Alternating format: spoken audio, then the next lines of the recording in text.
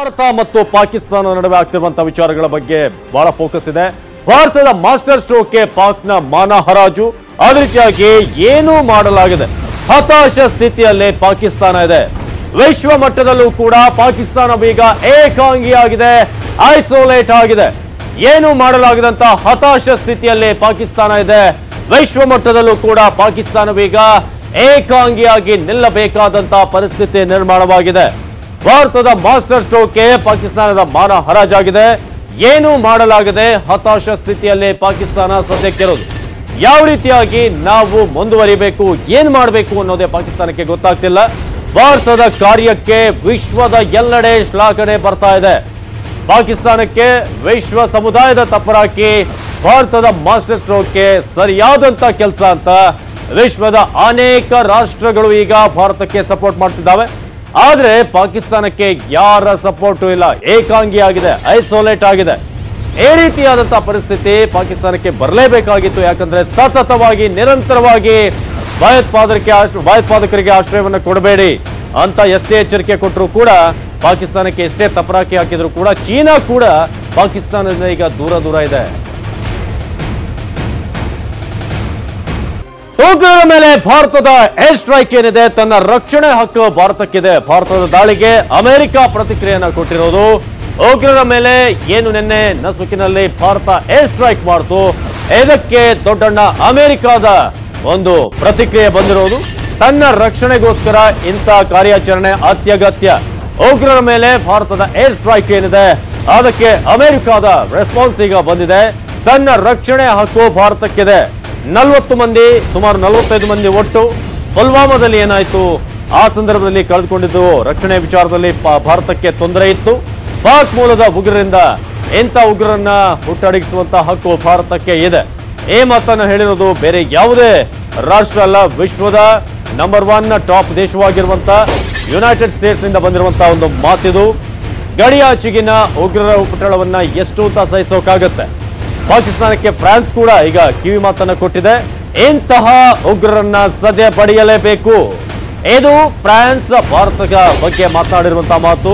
ಉಗ್ರರ ದಮನ ಭಾರತದ ಹಕ್ಕು, ತನ್ನ ಉಗ್ರರ ವಿರುದ್ಧ ಪಾಕಿಸ್ತಾನ ಕ್ರಮವನ್ನ ಕೈಗೊಳ್ಳಬೇಕು. ಈ ರೀತಿಯಾಗಿ ಫ್ರಾನ್ಸ್ ಕೂಡ ತನ್ನ ಒಂದು ಅಭಿಪ್ರಾಯವನ್ನ ತಿಳಿಸಿದೆ. ಉಗ್ರರನ್ನ ಬೆಂಬಲಿಸುವುದನ್ನ ನಿಲ್ಲಿಸಿ ಪಾಕಿಸ್ತಾನಕ್ಕೆ ಕಿವಿ ಮಾತನ್ನ ಕೊಟ್ಟಿರುವುದು ಫ್ರಾನ್ಸ್. ಅದೇ ರೀತಿಯಾಗಿ ನಿನ್ನೆ ಕಾರ್ಯಾಚರಣೆ ಮಾಡಿದಂತ ಮಿರಾಜ್ ಕೂಡ ಫ್ರಾನ್ಸ್ನ ಮೂಲದ್ದೇ, ಅಲ್ಲಿಂದಲೇ ತಯಾರಿಕೆ ಆಗಿದ್ದಂಥದ್ದು ಆರಂಭದಲ್ಲಿ.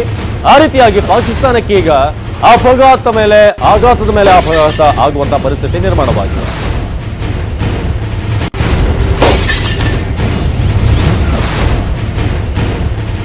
ಇನ್ನು ಪಾಕಿಸ್ತಾನಕ್ಕೆ ಒಂದು ರೀತಿಯಾಗಿ ಶಾಕ್ ಮೇಲೆ ಶಾಕ್ ಅಂತ ಹೇಳಬೇಕು. ಪಾಕ್ ನೆಲದಲ್ಲಿ ಉಗ್ರರ ಸಂಹಾರದ ಬಗ್ಗೆ, ಭಾರತದ ಕಾರ್ಯಾಚರಣೆ ಬಗ್ಗೆ ಈಗ ಸ್ವತಃ ಚೀನಾದಿಂದ ಕೂಡ ಅವರಿಗೆ ಸಪೋರ್ಟ್ ಸಿಗ್ತಾ ಇಲ್ಲ. ಇದು ಬಹಳ ಪ್ರಮುಖವಾದಂತಹ ವಿಚಾರ. ಪಾಕಿಸ್ತಾನಕ್ಕೆ ಆಘಾತದ ಮೇಲೆ ಆಘಾತ. ಪಾಕ್ ನೆಲದಲ್ಲಿ ಭಾರತ ಏನು ಉಗ್ರ ಸಂಹಾರವನ್ನ ಮಾಡ್ತು, ಆ ವಿಚಾರಕ್ಕೆ ಸಂಬಂಧಪಟ್ಟಂತೆ ಈಗ ಪಾಕಿಸ್ತಾನಕ್ಕೆ ಯಾವ ರಾಷ್ಟ್ರದ ಬೆಂಬಲ ಕೂಡ ಸಿಗ್ತಾ ಇಲ್ಲ. ಪುಲ್ವಾಮಾ ದಾಳಿಯ ವೇಳೆ ಪಾಕ್ಗೆ ಚೀನಾ ಬೆಂಬಲವನ್ನ ಕೊಟ್ಟಿತ್ತು. ಏರ್ ಸ್ಟ್ರೈಕ್ ಆಗ್ತಾ ಇದ್ದಂತೆ ಪಾಕ್ನಿಂದ ಚೀನಾ ದೂರ ಉಳಿಯೋದಕ್ಕೆ ನಿರ್ಧಾರವನ್ನ ಮಾಡಿದೆ. ಏನು ಉಗ್ರರನ್ನ ಪೋಷಿಸ್ತಾ ಇದೆ ಪಾಕಿಸ್ತಾನ, ಚೀನಾ ಬೆಂಬಲದ ನಿರೀಕ್ಷೆಯಲ್ಲಿತ್ತು. ಆದ್ರೆ ಪಾಕಿಸ್ತಾನಕ್ಕೆ ಈ ಬಾರಿ ಆಘಾತ ಎದುರಾಗಿದೆ. ಚೀನಾದ ನಿಲುವಿನಿಂದ ಪಾಕಿಸ್ತಾನಕ್ಕೆ ಮರ್ಮಾಘಾತವಾಗಿದೆ. ಅಕ್ಷರಶಃ ಈಗ ಉಗ್ರ ರಾಷ್ಟ್ರ ಪಾಕಿಸ್ತಾನ ಏಕಾಂಗಿಯಾಗಿದೆ, ಐಸೋಲೇಟ್ ಆಗಿದೆ. ಯಾರೂ ಕೂಡ ನನ್ನ ಸಹಾಯಕ್ಕೆ ಬರ್ತಿಲ್ಲ ಅನ್ನೋ ರೀತಿಯಾಗಿ ಹತಾಶ ಸ್ಥಿತಿಯಲ್ಲಿದೆ. ಭಾರತ ನಡೆಸಿರೋದು ಸೇನಾ ದಾಳಿ ಅಲ್ಲ, ಭಯೋತ್ಪಾದನೆ ವಿರುದ್ಧ ಭಾರತ ಕ್ರಮವನ್ನ ಕೈಗೊಂಡಿದೆ. ಹಾಗಾಗಿ ಈಗ ಉಗ್ರರ ವಿರುದ್ಧ ಹೋರಾಟ ಜಾಗತಿಕ ನಡವಳಿಕೆ ಅಂತ ಕೂಡ ಚೀನಾ ರಿಯಾಕ್ಷನ್ ಅನ್ನ ಕೊಟ್ಟಿದೆ.